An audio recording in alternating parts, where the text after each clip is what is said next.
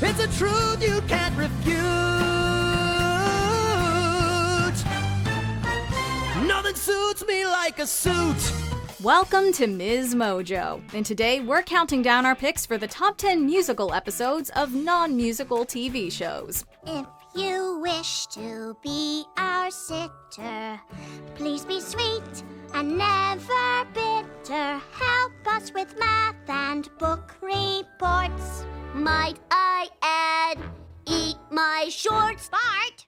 You gave me no other choice but to love you. What if we took a trip? Do you think? Yeah, I do. We could take a vacation. We could go somewhere new.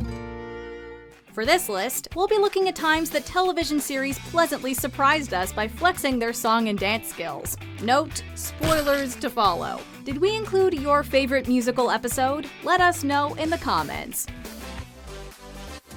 If you like what you're hearing, be sure to check out the full song at the link below.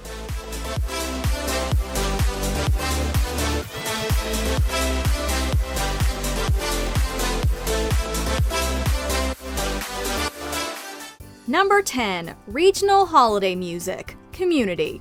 Baby Boomer Santa, he's gonna stay alive.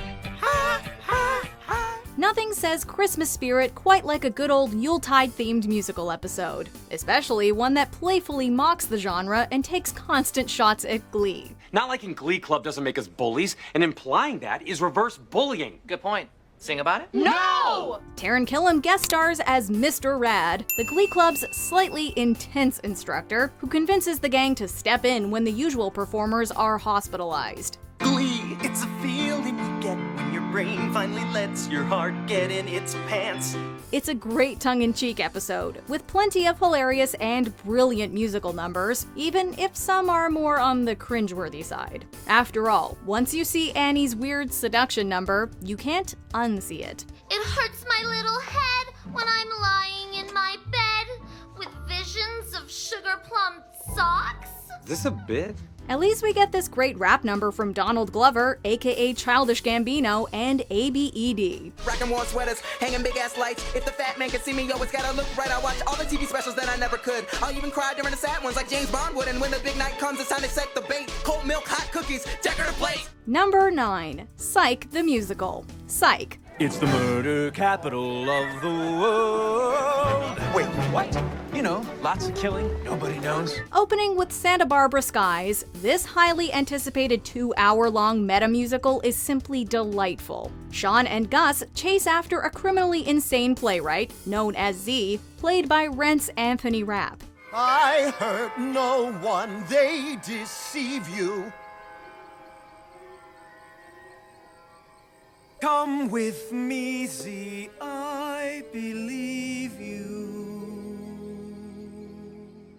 While the episode feels a tad misplaced in this detective comedy drama, there's no denying that it's still rather charming. It's abundantly clear that it was as much fun for the cast to film as it was for the audience to watch. I do what I have to for my own safety and legality, 'cause technically it's a felony.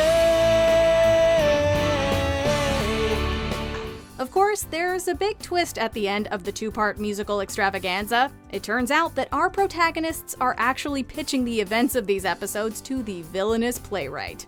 So, what do you think? You can be honest. Is it the greatest idea for a musical that you've ever heard, or what? Well, it's very creative. Number 8, Mayhem of the Music Meister. Batman the Brave and the Bold. While Batman doesn't necessarily strike us as a song and dance kind of superhero, this episode in all its musical joy proves otherwise. Drives us nuts, world's greatest detective. Drives us nuts, Foiling every evil scheme. he really drives us bats, bats, bats. He drives us bats. In fact, it's so good that it's often brought up alongside the episode in our top spot. We encounter the villainous Music Meister, played by Neil Patrick Harris, who uses the power of song to control people in his pursuit of world domination. Yes, I'm the Music Meister, and I'm here to settle the score. The numbers range from entertaining to emotional, and all serve perfectly to drive the plot. Bones crushing, flesh mushing, gore gushing, it's a dirt nap. Death trap. Met with a standing ovation during its debut at Comic-Con, this Emmy-nominated episode is still fondly thought of as one of the best musical episodes around. His own man.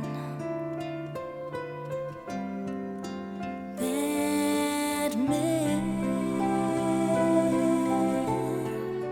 Number 7. Girls vs. Suits. How I Met Your Mother. The 100th episode of the sitcom features the song Nothing Suits Me Like a Suit. To score a 10 would be just fine, but I'd rather be dressed to the nines. Because How I Met Your Mother's executive producer and co-creator Craig Thomas decided that apparently the best way to celebrate this milestone was with a quote, big-ass musical number. Wingman I can wear, they're oh so debonair. The perfect way to snare a girl with daddy issues in navy blue or black. And that's exactly what we got. Barney fantasizes this whole performance when he's forced to choose between sex and suits. And naturally, suits come out on top. He's joined by the rest of the principal cast, 65 backing dancers, and a 50-piece orchestra for this show-stopping number. Every bro on the go needs to know that there's no accepted substitute. I'm sorry, Suits, let's make amends. My Sunday best are my best friends. The Emmy-nominated song will have you reaching for your finest suit. It's simply legend, wait for it, dairy. Wait for it.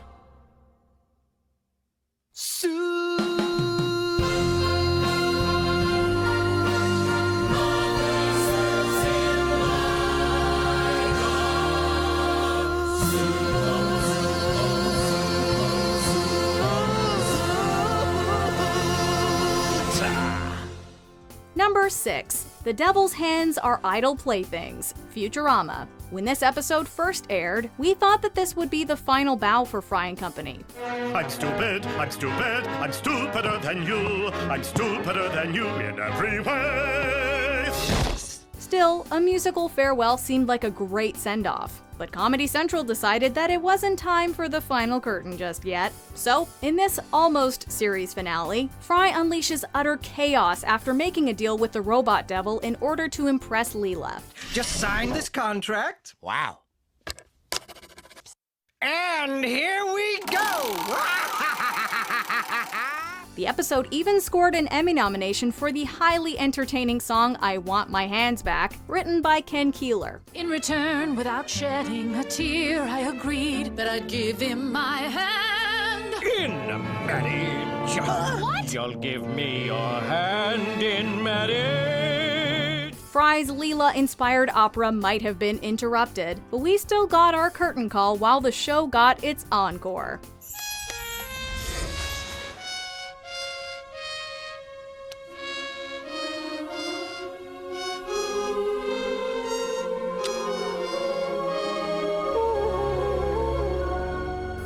Number 5. Simpson-califragilistic-expialidocious. The Simpsons. It takes almost half an episode for this musical to kick off, but based on the episode's title and new character Sherry Bobbins, we should have seen it coming. Let me get away with Moiter. Teach us songs and magic tricks.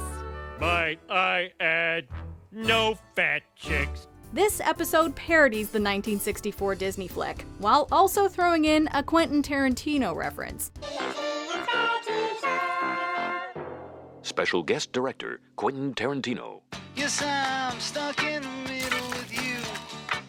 The latter supposedly turned down a cameo opportunity in the episode. After a brief time spent with the Simpson family, the magical nanny goes from practically perfect to devastatingly dispirited. I'm stuck here till I can steal a car. The house is still a mess, and I'm going bald from stress. Julie Andrews was initially slated to voice Bobbins, but the role ultimately went to Simpsons regular Maggie Roswell. The episode was nominated for an Emmy and remains a fan favorite to this day. Don't think it's sour grapes, but you're all a bunch of apes, and so I must be leaving you.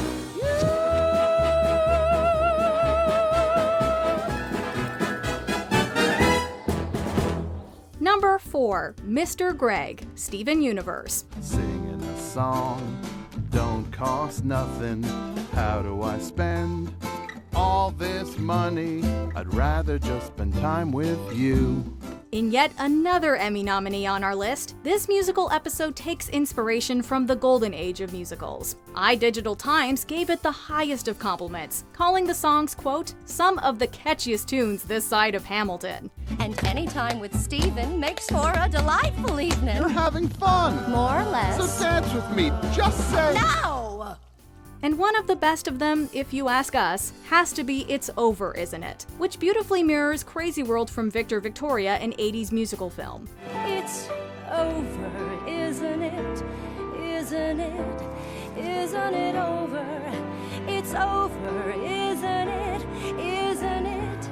Isn't it over? The 11-minute episode centers around Pearl and Greg's complicated relationship. And while you might think conveying that much emotion in a short space of time might be overkill, they execute each song perfectly. It ticks all the boxes for a great musical episode. But you got a lot in common, you really do. You both love me and I love both of you. Number 3, Duet, The Flash. Music Meister, we meet again. Only this time, he's live action and played by Darren Criss. And the world will be a better place. And the world will be a better place for you. In this crossover episode, the musical villain sends Supergirl and The Flash to a musical dreamland, where the only way out is through song. I'm crossing you in style someday. In addition to well-established numbers, the episode features original tracks by Crazy Ex-Girlfriend creator Rachel Bloom and Pasek and Paul of La La Land fame. In all my life I promise to keep running home to you. Keep running home to you. Joining the titular protagonists are musical theater vets Jesse L. Martin, Jeremy Jordan, Victor Garber, and John Barrowman. With an engaging, albeit far-fetched story, fantastic music, and more talent than lights on Broadway, this episode was destined to be a hit. I'm your super friend. Super friend. When it comes to buddies, pal, you're the best. I love you more than the lightning bolt I wear on my chest. Number 2, my musical, Scrubs. Are you okay? Are you alright? Are you okay? Are you alright? This long-awaited episode saw the Scrubs writers join forces with Avenue Q writers Robert Lopez and Jeff Marks. It centers around a patient, played by Broadway star Stephanie D'Abruzzo, who curiously hears everything through song. Dr. Cox, I'm not crazy. Am I still singing? Singing like a bird. According to the credits, there are 10 original numbers in this episode, parodying various musicals from Rent and Grease to 42nd Street and Gilbert and Sullivan. Of course, the bromantic Guy Love is a firm fan favorite and can be heard in subsequent episodes in various forms. And sometimes it's easier to hide and explain our guy love. That's all it is. Guy love, he's mine, I'm his. This popular episode was nominated for 5 Primetime Emmy Awards, winning 1. It's fun, fresh, a little crazy, and sure, even educational at times too. The cava and the aorta, Amoxicillin and clavulanic acid, the tibia, the fibula, the left and right ventricle. a hypodermic needle and a latex tourniquet. Before we unveil our top pick, here are a few honorable mentions. That 70s musical, That 70s Show. Sometimes the only way to vent your feelings is through 70s disco hits.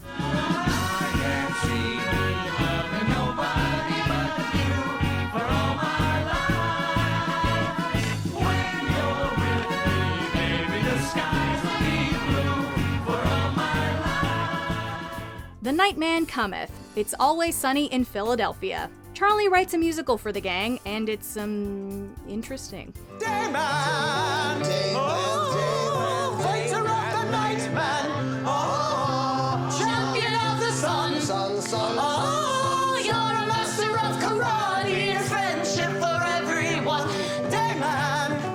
Bloody Celestial Karaoke Jam, Lucifer. When dialogue won't do, sing it out.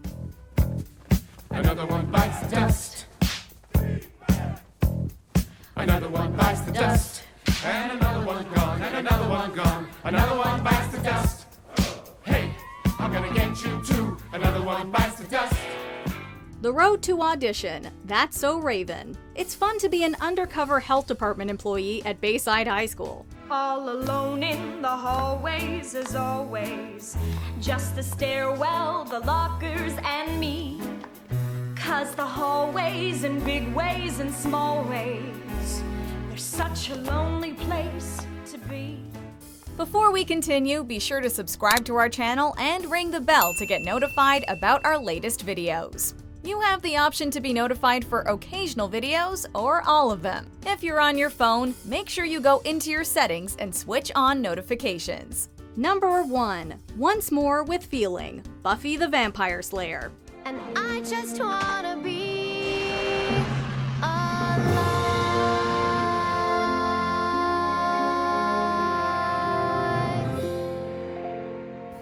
If you grew up watching Buffy, then you probably still haven't come across a musical episode to rival this one. When a demon called Sweet stops by Sunnydale, everyone is forced to sing out their innermost thoughts. I'm under your spell, how else could it be? Anyone would notice me. The musical styles vary throughout the episode, but still drive the story forward and remain true to the show's tone. Not to mention that the intricate and well-thought-out lyrics successfully convey a plethora of emotions. I need something to sing about.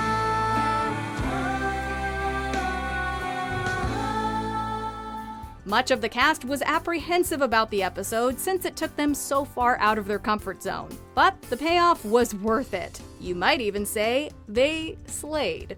Understand we'll go hand in hand, but we'll walk alone in fear. Tell me, where do we go from here?